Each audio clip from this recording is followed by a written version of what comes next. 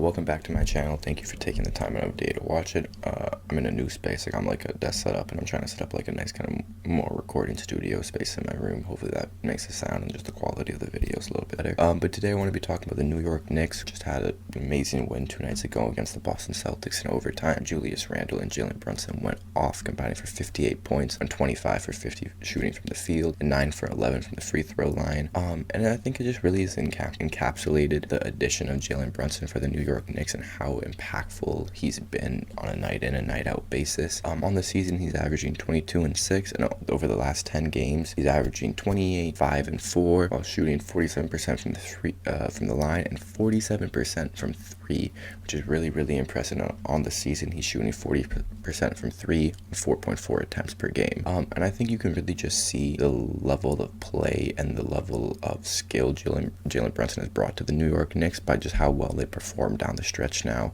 how much more controlled they are. They really have now that go-to guy who's not afraid of the moment. I know Julius Randle is another guy who likes to take those big moment opportunities, but I think Julius Randle likes to do it more as a I want to be that guy to win type thing, not a like, okay, we need a bucket, let me go get it type situation. I guess they're kind of the same, but I don't know. I just trust Jalen Brunson a lot more down in the stretch to make the right winning play, where I think Julius Randle would always take that shot. I think Jalen Brunson has no problem kicking it out and passing the ball. I think he needs to work on that level of his game still. He's not the best playmaker, but in that lead guard role, he's definitely improved that game, getting better at running the pick and roll. And I've been really impressed with how well he is at getting to the mid-range and how good his mid-range shot has been this year. Last year is really good, but this year it's kind of reached a new level, and I think that's really opened up his game because he can attack the paint. He's a good athlete and he's really strong, which helps him get to the paint, but he's not explosive and he's not super fast, so he doesn't have great leaping ability either, so it does limit his ability to finish around the rim. So if that mid-range game and three-point shot are at the level that they are, I think it really opens up the floor for him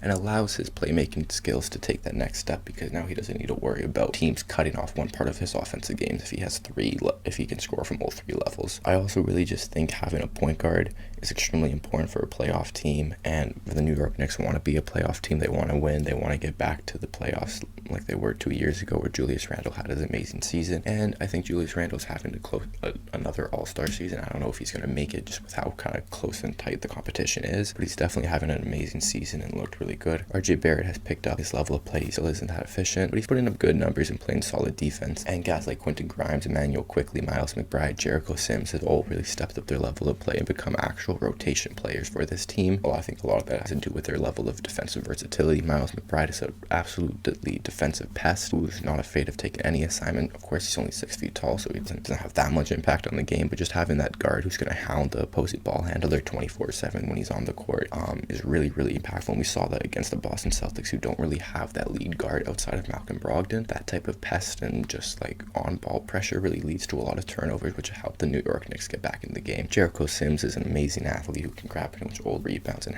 has improved a lot on both ends. I still think his offensive game is always going to be limited to just like pick and roll and rim running, but that's okay because I don't think they really need him to play that much minutes once Mitchell Robinson comes back. But it's just promising to know that you have another guy who you can go to on the bench. And Quentin Grimes has stepped up in the starting lineup, being an amazing 3-point shooter. Pretty solid on defense. I think he's just asked to defend the wrong types of people. In that Boston Celtics game, he had to defend Jason Tatum down the whole stretch, or down the whole game, which I just don't really think makes sense for a guy who's 6'5" and has been a shooting guard his whole career, having to now defend 3s and 4s. I don't know why Tibbs is doing that. I think maybe he doesn't trust RJ Barrett to defend those guys, because he had both of those guys in the lineups, and RJ Barrett was on Jaylen Brown, while Quentin Grimes was on Tatum. So I don't really know about that, but I think RJ Barrett has the ability to guard 3s and 4s and 2s at a pretty high level.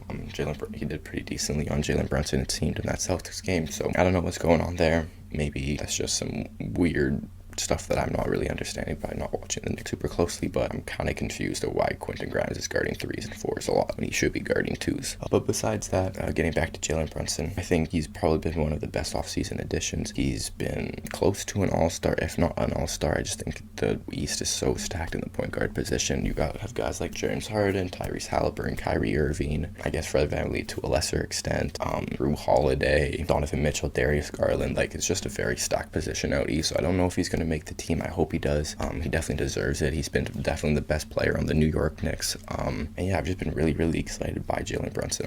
I've been a big fan of his since last year. Did a lot of research into how he performed and how the Mavs performed without Luka last year. Thanks to Jalen Brunson, they were actually pretty good. Jalen Brunson has always been able to step up with a larger role, but I didn't know how well he was going to perform as a lead guard. I still thought he wasn't quite there. Maybe he needed some other main ball handler to kind of ease that pressure, but he's been absolutely amazing and completely battered my expectations of him. And I'm just really excited to see where the New York Knicks team can go. They have a lot of young promising talent and a lot of picks if they want to kind of go all in and get a big star to pair alongside RJ Barrett, Julius Randle, and Jalen Brunson. I would assume RJ Barrett is probably going out in a deal like that, or Julius Randle, because it'd be a lot of money to pay for of those guys. Hey, maybe the New York Knicks are fine with going into the luxury tax, being one of the best and biggest franchises in basketball. I always just think the league is better when the New York Knicks are playing at a high level. I think everyone likes Knicks basketball. Everyone likes Madison Square Garden. It's a very fun venue, and when you get playoff basketball there, it reaches a level of intensity that you kind of only see when you have a crowd that big. Thank you for listening to my video. I'm really excited to see where the New York Knicks go, and take it easy.